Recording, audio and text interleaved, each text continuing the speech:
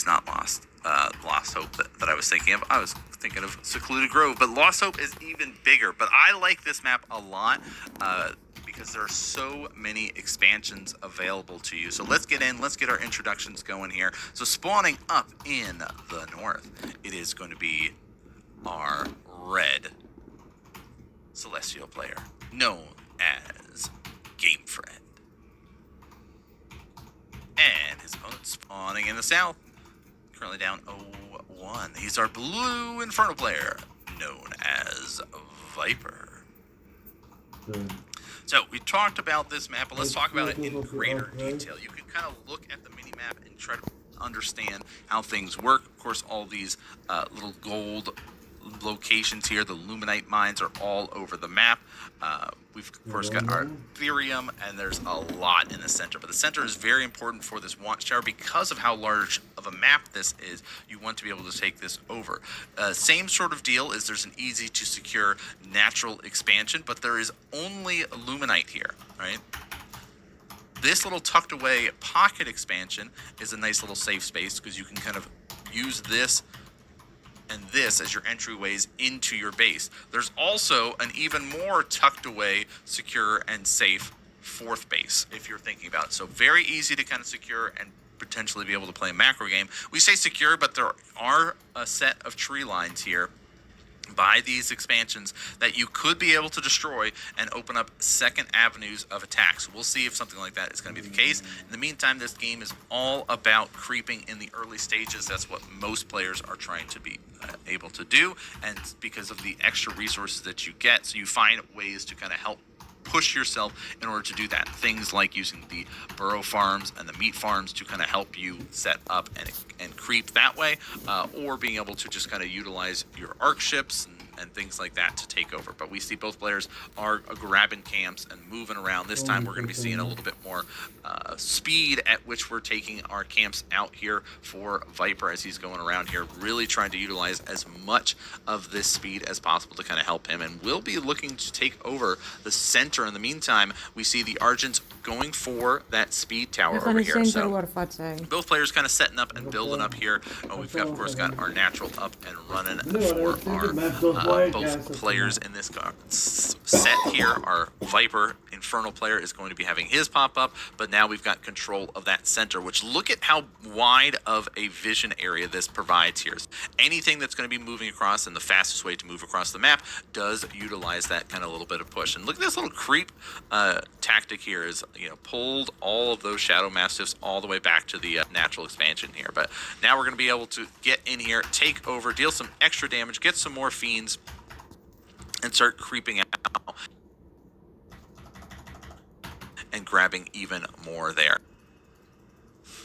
Look at the amount of blue. So we got that kind of vision difference this time for Viper compared to GameFriend, but we'll see if that's going to be continued as we going to tech up and get up to the next stages, because here are the Kree coming out here. So this is something we saw last time is GameFriend was like, okay, I'll get my initial stuff around me, I'll be okay, and then I'll be ready to kind of move out. And the Fiend gets the confirmation of what the army looks like. This is a very similar fighting force to what we saw before.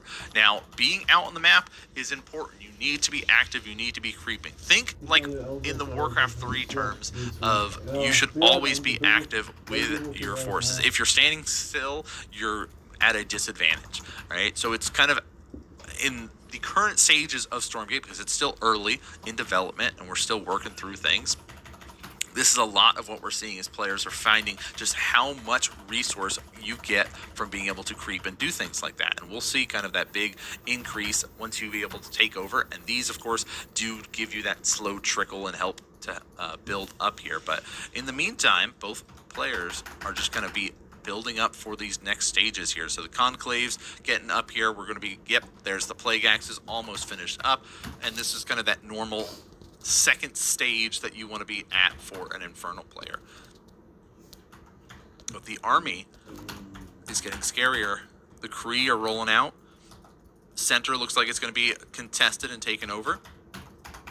Will everything get back to the base in time Looks like he's trying to find an angle to get himself in position. This is not the kind of fighting force that you want to have fighting against the amount of Kree that are out there. So these little roly boys are going to go, and they're doing the same sort of deal that they did before. They're going to roll around and try to find an angle to attack.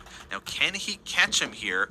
We'll see. It looks like he's going to be jumping on it. As soon as this pops, though, you know exactly where your enemy is. And, oh, our first Magnons get added in here. So this will make it a little bit easier against the Kree. Is he going to get caught here? Oh, we're going to be pouncing on those. That's what we need to be aware of. We got to be careful of protecting these gaunts as much as possible. They've got to be able to get protected here. And now they get sliced and diced from those Kree jumping on them at the back. But we did see the Magnon try to help out. There's an infestation helping as well, but so much of the damage got cleaned up with the army. The Kree just do so great once they can get on top of an army. And they will be able to kind of fall back and make sure that they secure that vision tower one more time. We do, of course, have our Shroud Stones to help protect us. Our Gaunt count is increasing, but that's a kind of dangerous position. We felt a little bit stronger. We felt better by having the Magmadon there, but it is a dangerous spot to be in. Now we're in the dark. We can't really successfully move out too easily. There's the reveal. The army is not there. Kree are moving their way forward and going, okay, can I just take over and take this base out? We're going to find out, and he's going to roll his way in here, sees that there's the Shroud Stone, knows that he can't just kind of roll his way in there for free, so he goes, I'm going to go find a different avenue to get advantage, and that's going to be involved taking all of these towers as he continues to kind of build up. There it is. I was going to say, it's the ice on the way. That's the next stage, next tier that he's going to be going for in this set of the games, and really kind of building up that strong fighting force. He's got advantage on the ground, knows that these Kree kind of just take out all of our Gaunt. So where is the push? Where is the way to kind of help and save us here? Well, we're going to do what we can to kind of continue to build up our little bit of economic advantages with the stuff that we've got around us, but we are going to have to find additional avenues and angles to kind of move around and do stuff with here. All right, there. Okay, that's an interesting choice to go for here. Venom traps here. So this is a cool little ability that the Hexen gets. So we're going to probably start seeing additional Hexen get added on with all these Gaunts.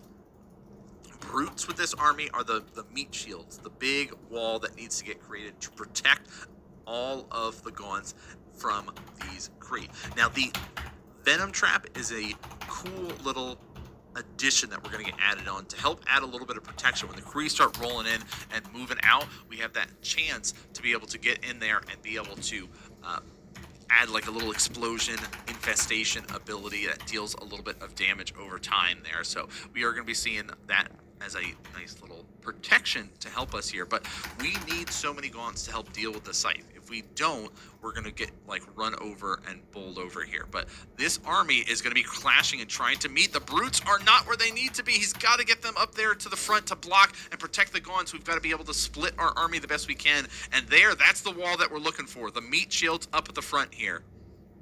And with these meat farms here, adding a little bit of extra protection, because these Fellhogs will come out and fight for you in these little engagements here. Now, this is also one of these positions here that you could try to take this third base, the pocket expansion.